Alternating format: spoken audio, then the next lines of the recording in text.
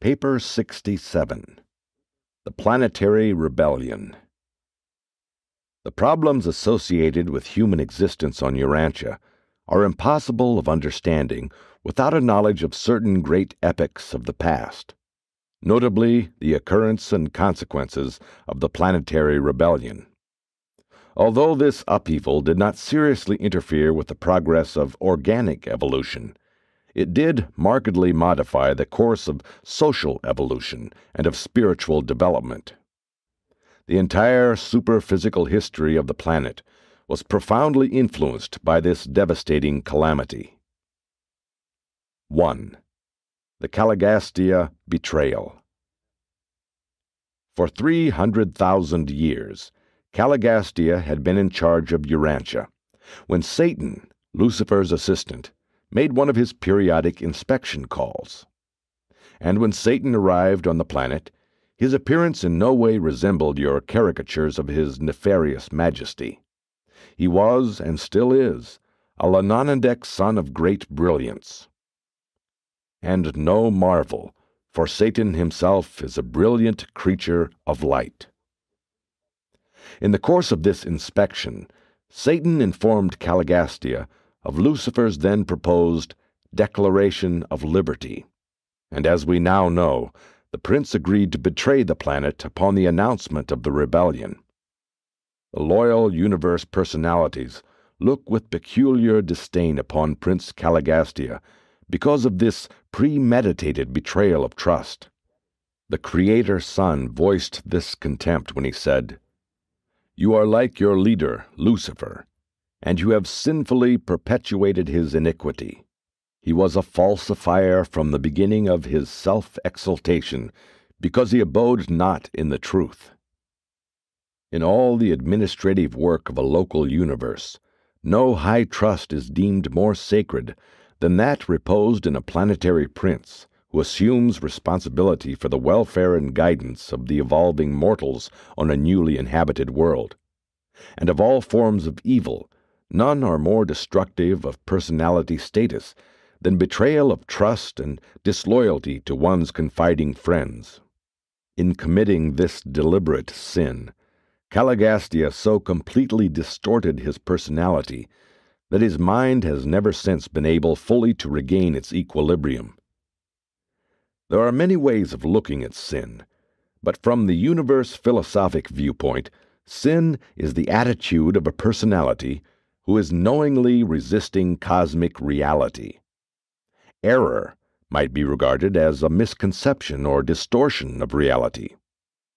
Evil is a partial realization of, or maladjustment to, universe realities. But sin is a purposeful resistance to divine reality, a conscious choosing to oppose spiritual progress. While iniquity consists in an open and persistent defiance of recognized reality and signifies such a degree of personality disintegration as to border on cosmic insanity. Error suggests lack of intellectual keenness. Evil, deficiency of wisdom. Sin, abject spiritual poverty. But iniquity is indicative of vanishing personality control. And when sin has so many times been chosen and so often been repeated, it may become habitual. Habitual sinners can easily become iniquitous, become wholehearted rebels against the universe and all of its divine realities. While all manner of sins may be forgiven, we doubt whether the established iniquitor would ever sincerely experience sorrow for his misdeeds or accept forgiveness for his sins. 2. The Outbreak of Rebellion. Shortly after Satan's inspection, and when the planetary administration was on the eve of the realization of great things on Urantia, one day, midwinter of the northern continents, Caligastia held a prolonged conference with his associate Dalagastia, after which the latter called the 10 councils of Urantia in session extraordinary. This assembly was opened with the statement that Prince Caligastia was about to proclaim himself absolute sovereign of Urantia, and demanded that all administrative groups abdicate by resigning all of their functions and powers into the hands of Dalagastia as trustee, pending the reorganization of the planetary government and the subsequent redistribution of these offices of administrative authority. The presentation of this astounding demand was followed by the masterly appeal of Van, chairman of the Supreme Council of Coordination. This distinguished administrator and able jurist branded the proposed course of Caligastia as an act bordering on planetary rebellion, and appealed to his conferees to abstain from all participation until an appeal could be taken to Lucifer, the system sovereign of Satania. And he won the support of the entire staff. Accordingly, appeal was taken to Jerusalem, and forthwith came back the orders designating Caligastia as supreme sovereign on Urantia, and commanding absolute and unquestioning allegiance to his mandates. And it was in reply to this amazing message that the noble Van made his memorable address of 7 hours' length, in which he formally drew his indictment of Dalagastia, Caligastia, and Lucifer as standing in contempt of the sovereignty of the universe of Nebadon, and he appealed to the Most Highs of Edentia for support and confirmation. Meantime, the system circuits had been severed. Urantia was isolated. Every group of celestial life on the planet found itself suddenly and without warning isolated, utterly cut off from all outside counsel and advice. Dalagastia formally proclaimed Caligastia God of Urantia and supreme over all. With this proclamation before them, the issues were clearly drawn, and each group drew off by itself and began deliberations, discussions destined eventually to determine the fate of every superhuman personality on the planet. Seraphim and cherubim and other celestial beings were involved in the decisions of this bitter struggle, this long and sinful conflict. Many superhuman groups that chanced to be on Urantia at the time of its isolation were detained here, and, like the seraphim and their associates, were compelled to choose between sin and righteousness, between the ways of Lucifer and the will of the unseen Father. For more than 7 years this struggle continued. Not until every personality concerned had made a final decision would or did the authorities of Edentia interfere or intervene. Not until then did Van and his loyal associates receive vindication and release from their prolonged anxiety and intolerable suspense. 3. The 7 Crucial Years. The outbreak of rebellion on Jerusalem, the capital of Satania, was broadcast by the Melchizedek Council. The emergency Melchizedeks were immediately dispatched to Jerusalem, and Gabriel volunteered to act as the representative of the Creator Son, whose authority had been challenged. With this broadcast of the fact of rebellion in Satania, the system was isolated, quarantined from her sister systems. There was war in heaven, the headquarters of Satania, and it spread to every planet in the local system. On Urantia, 40 members of the corporeal staff of 100, including Van, refused to join the insurrection. Many of the staff's human assistants, modified and otherwise, were also brave and noble defenders of Michael and his universe government. There was a terrible loss of personalities among seraphim and cherubim. Almost 1/2 of the administrator and transition seraphim assigned to the planet joined their leader and Dalagastia in support of the cause of Lucifer. 40,119 of the primary midway creatures joined hands with Caligastia, but the remainder of these beings remained true to their trust. The traitorous prince marshaled the disloyal midway creatures and other groups of rebel personalities and organized them to execute his bidding, while Van assembled the loyal Midwayers and other faithful groups, and began the great battle for the salvation of the Planetary staff and other marooned celestial personalities. During the times of this struggle, the Loyalists dwelt in an unwalled and poorly protected settlement a few miles to the east of Dalmatia, but their dwellings were guarded day and night by the alert and ever-watchful loyal Midway creatures, and they had possession of the priceless tree of life. Upon the outbreak of rebellion, loyal cherubim and seraphim, with the aid of 3 faithful Midwayers, assumed the custody of the tree of life, and permitted only the 40 loyalists of the staff and their associated modified mortals to partake of the fruit and leaves of this energy plant. There were 56 of these modified Andinite associates of the staff, 16 of the Andinite attendants of the disloyal staff refusing to go into rebellion with their masters. Throughout the 7 crucial years of the Caligastia rebellion, Van was wholly devoted to the work of ministry to his loyal army of men, Midwayers, and angels. The spiritual insight and moral steadfastness which enabled Van to maintain such an unshakable attitude of loyalty to the universe government was the product of clear thinking, wise reasoning, logical judgment, sincere motivation, unselfish purpose, intelligent loyalty, experiential memory, disciplined character, and the unquestioning dedication of his personality to the doing of the will of the Father in paradise. This 7 years of waiting was a time of heart-searching and soul discipline. Such crises in the affairs of a universe demonstrate the tremendous influence of mind as a factor in spiritual choosing. Education, training, and experience are factors in most of the vital decisions of all evolutionary moral creatures.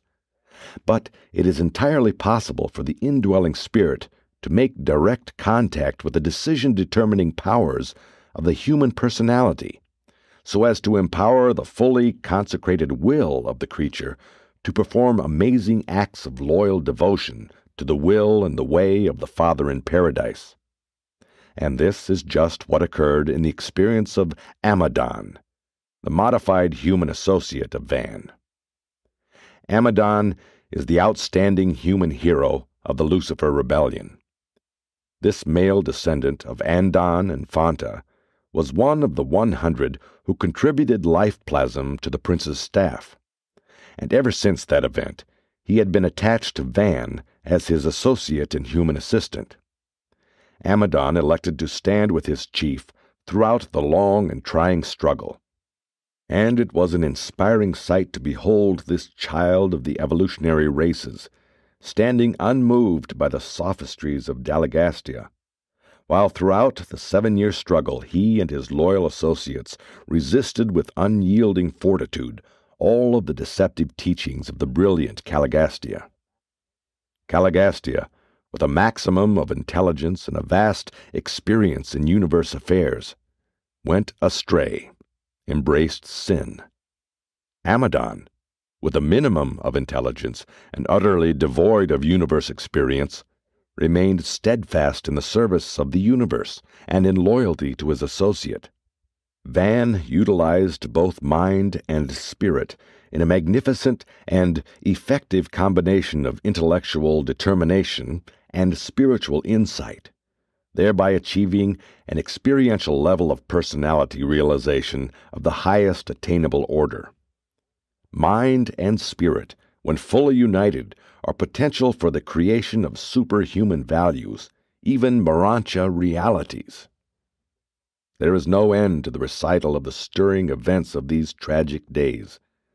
But at last the final decision of the last personality was made, and then, but only then, did a Most High of Edentia arrive with the emergency Melchizedeks to seize authority on Urantia. The Caligastia panoramic rain records on Jerusalem were obliterated, and the probationary era of planetary rehabilitation was inaugurated. 4. The Caligastia 100 after rebellion. When the final roll was called, the corporeal members of the prince's staff were found to have aligned themselves as follows. Van and his entire court of coordination had remained loyal. Aang and 3 members of the Food Council had survived. The Board of Animal Husbandry were all swept into rebellion, as were all of the Animal Conquest advisors. Fad and 5 members of the educational faculty were saved. Nod and all of the Commission on Industry and Trade joined Caligastia. Hap and the entire College of Revealed Religion remained loyal with Van and his noble band. Lut and the whole Board of Health were lost. The Council of Art and Science remained loyal in its entirety, but Tut and the Commission on Tribal Government all went astray. Thus were 40 out of the 100 saved, later to be transferred to Jerusalem, where they resumed their paradise journey. The 60 members of the planetary staff who went into rebellion chose Nod as their leader. They worked wholeheartedly for the rebel prince, but soon discovered that they were deprived of the sustenance of the system life circuits. They awakened to the fact that they had been degraded to the status of mortal beings. They were indeed superhuman, but at the same time material and mortal. In an effort to increase their numbers, Dalagastia ordered immediate resort to sexual reproduction, knowing full well that the original 60 and their 44 modified Andinite associates were doomed to suffer extinction by death sooner or later. After the fall of Dalmatia, the disloyal staff migrated to the north and the east. Their descendants were long known as the Nodites, and their dwelling place as the land of Nod. The presence of these extraordinary supermen and superwomen, stranded by rebellion and presently mating with the sons and daughters of Earth, easily gave origin to those traditional stories of the gods coming down to mate with mortals, and thus originated the 1,001 legends of a mythical nature, but founded on the facts of the post-rebellion days, which later found a place in the folk tales and traditions of the various peoples whose ancestors had participated in these contacts with the Nodites and their descendants.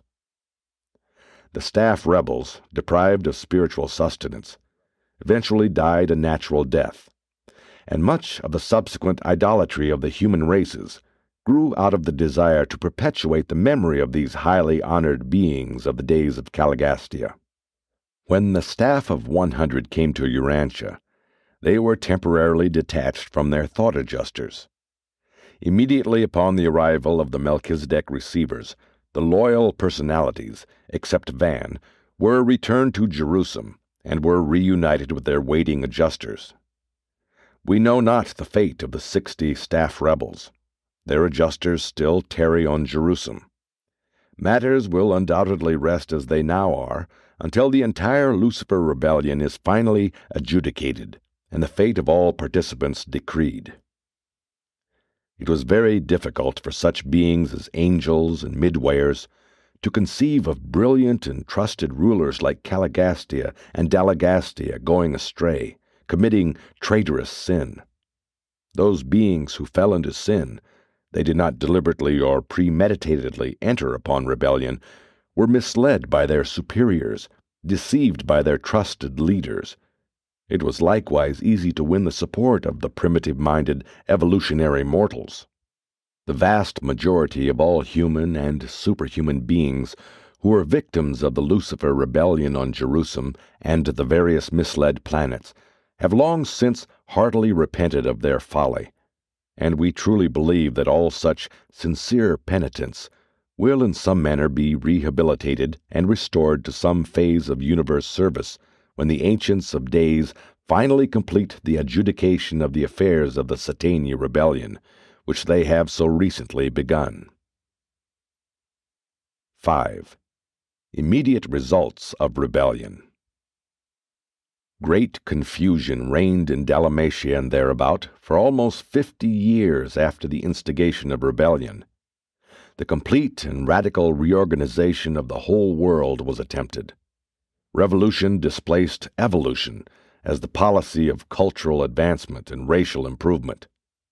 Among the superior and partially trained sojourners in and near Dalmatia, there appeared a sudden advancement in cultural status. But when these new and radical methods were attempted on the outlying peoples, indescribable confusion and racial pandemonium was the immediate result. Liberty was quickly translated into license by the half-evolved primitive men of those days.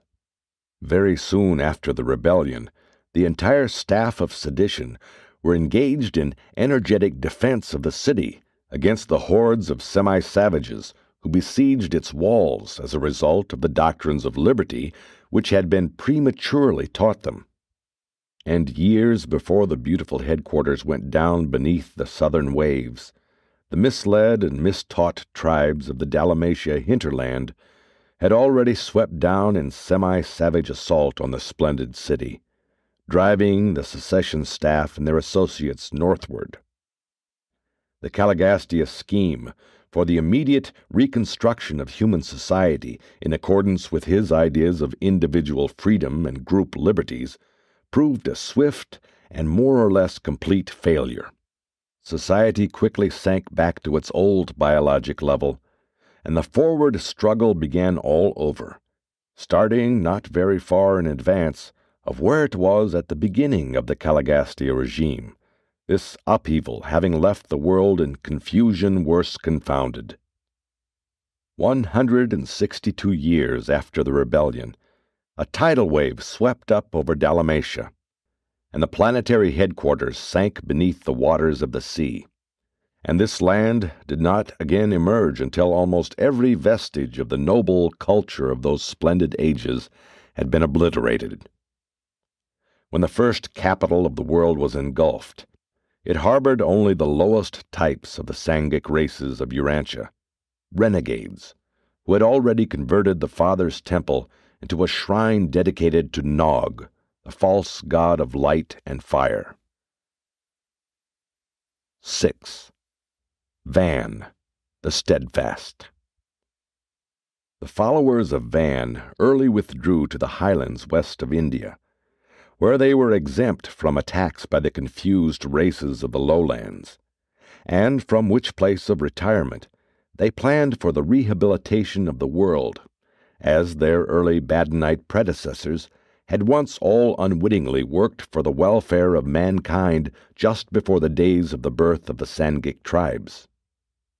Before the arrival of the Melchizedek receivers, Van placed the administration of human affairs in the hands of 10 commissions of 4 each, groups identical with those of the prince's regime. The senior resident life carriers assumed temporary leadership of this Council of 40, which functioned throughout the 7 years of waiting.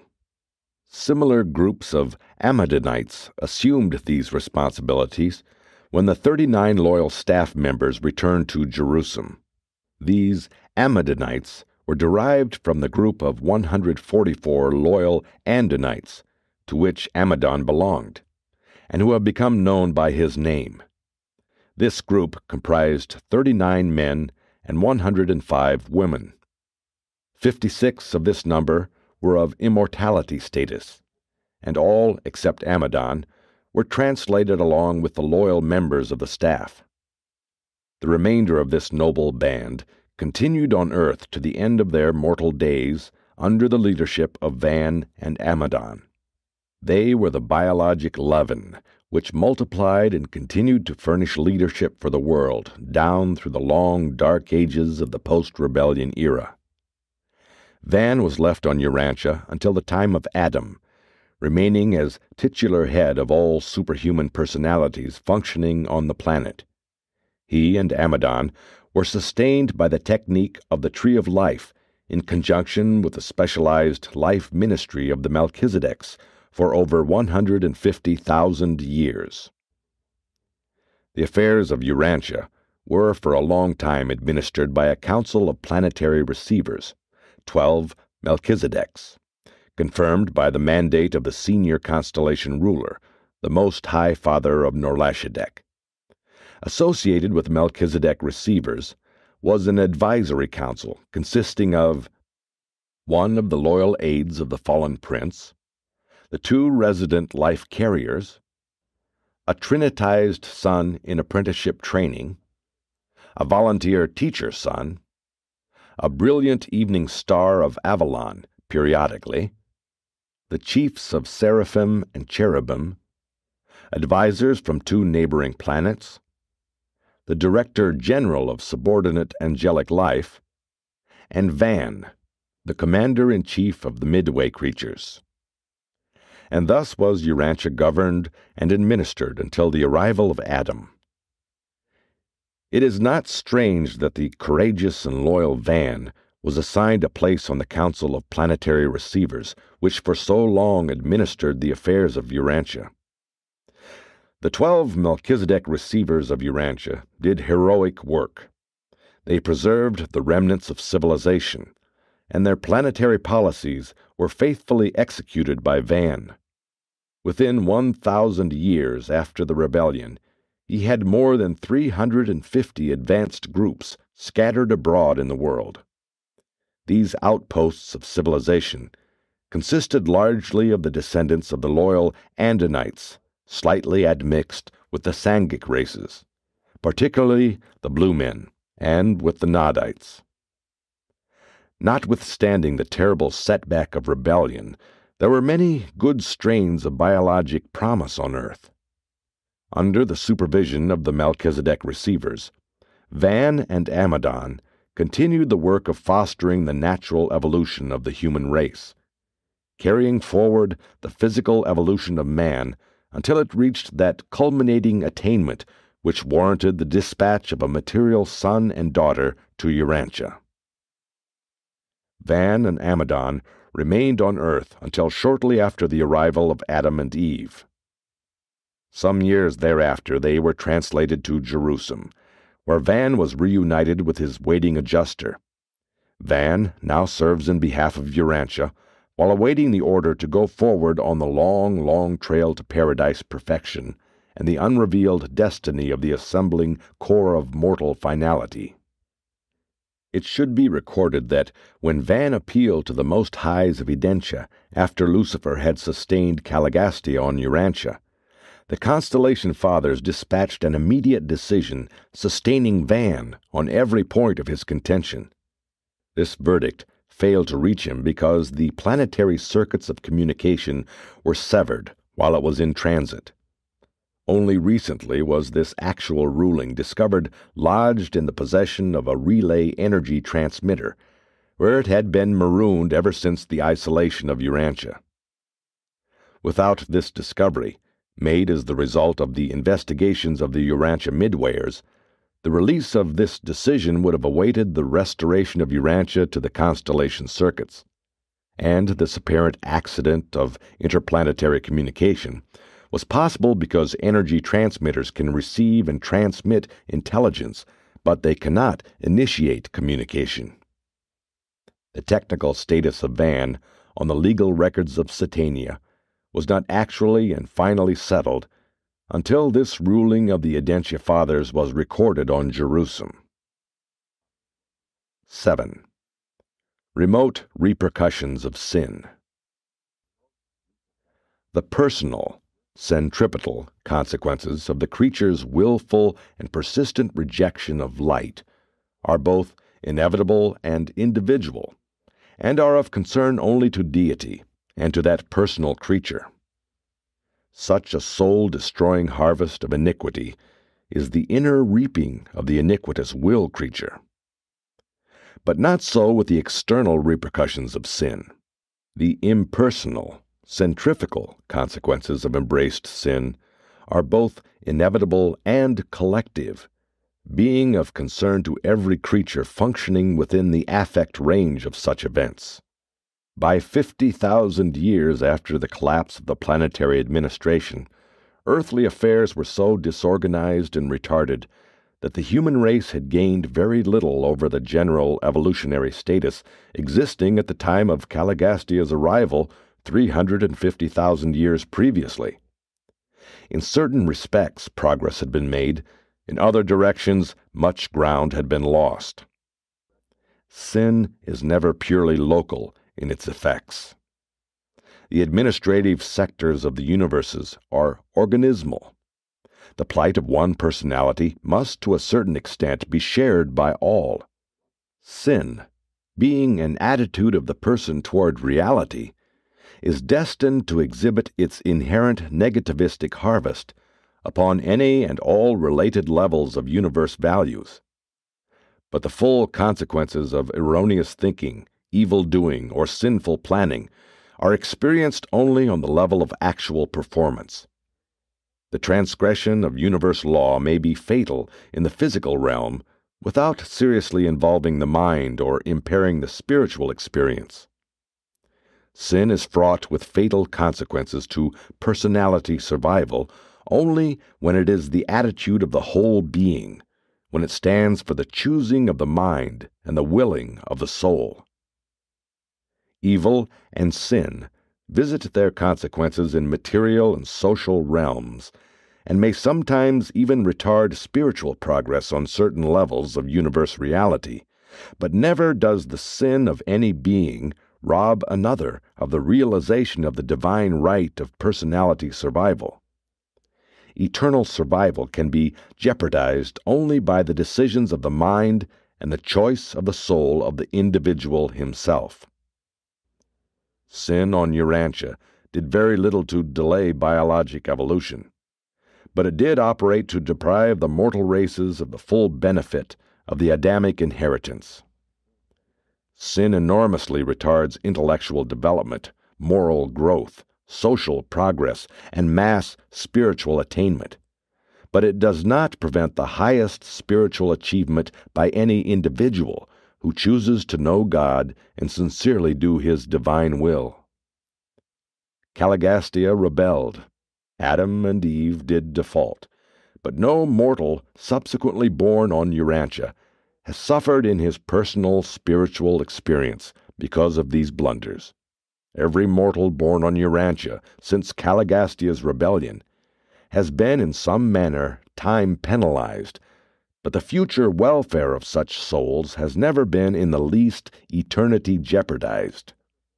No person is ever made to suffer vital spiritual deprivation because of the sin of another. Sin is wholly personal as to moral guilt or spiritual consequences, notwithstanding its far-flung repercussions in administrative, intellectual, and social domains. While we cannot fathom the wisdom that permits such catastrophes, we can always discern the beneficial outworking of these local disturbances as they are reflected out upon the universe at large. 8.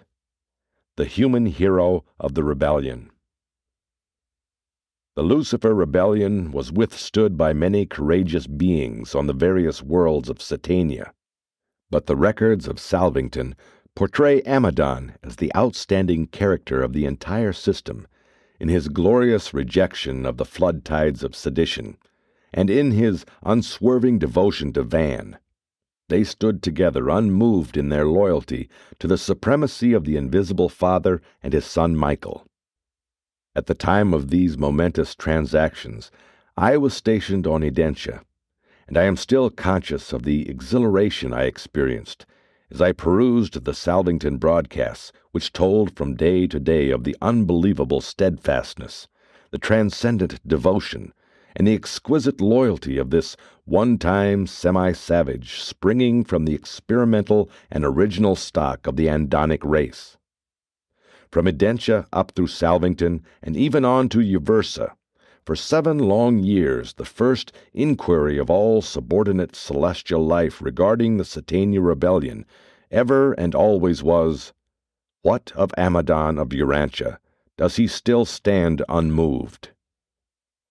If the Lucifer rebellion has handicapped the local system and its fallen worlds, if the loss of this son and his misled associates has temporarily hampered the progress of the constellation of Norlashadek, then weigh the effect of the far-flung presentation of the inspiring performance of this one child of nature, and his determined band of 143 comrades in standing steadfast for the higher concepts of universe management and administration in the face of such tremendous and adverse pressure exerted by his disloyal superiors. And let me assure you, this has already done more good in the universe of Nebadon and the super-universe of Orvanton than can ever be outweighed by the sum total of all the evil and sorrow of the Lucifer Rebellion. And all this is a beautifully touching and superbly magnificent illumination of the wisdom of the Father's universal plan for mobilizing the core of mortal finality on Paradise, and for recruiting this vast group of mysterious servants of the future, largely from the common clay of the mortals of ascending progression. Just such mortals as the impregnable Amadon. Presented by a Melchizedek of Nebadon.